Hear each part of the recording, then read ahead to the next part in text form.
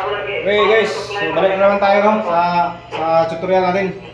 Dito guys, i-calibrate natin yung tester natin.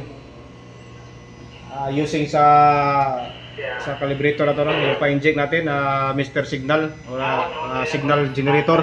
No, sa inyo, ayan yung model niya. Ito yung brand niya, Mr. Signal.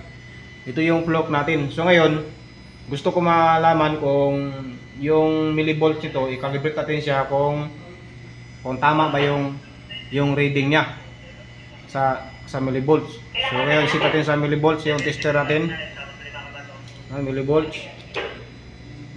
So yan, sa millivolts tayo. Okay. Tapos dito sa sa pang-calibrate natin, so sa output, yung output niya, kailangan mag-kuhan ng output na number 5 millivolts. Ito yung number 5. So ayun, millivolts na nakalagay oh. So yun, inject tayo sa kanya ng kuhan mga kuhan, mga 10. Ito 10 millivolts. So dapat dito nakakuha tayo ng 10 millivolts. So connect na natin to.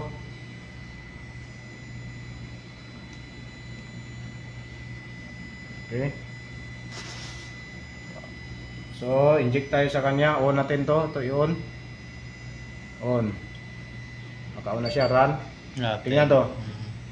So, ibig sabihin, yung clock natin is kwanto? Calibrated to. Yung clock natin. Kasi nag-inject tayo ng 10 millivolts. So nakapag-read siya ng 10 millivolts. Kaya mag-inject tayo, dagdagan natin ng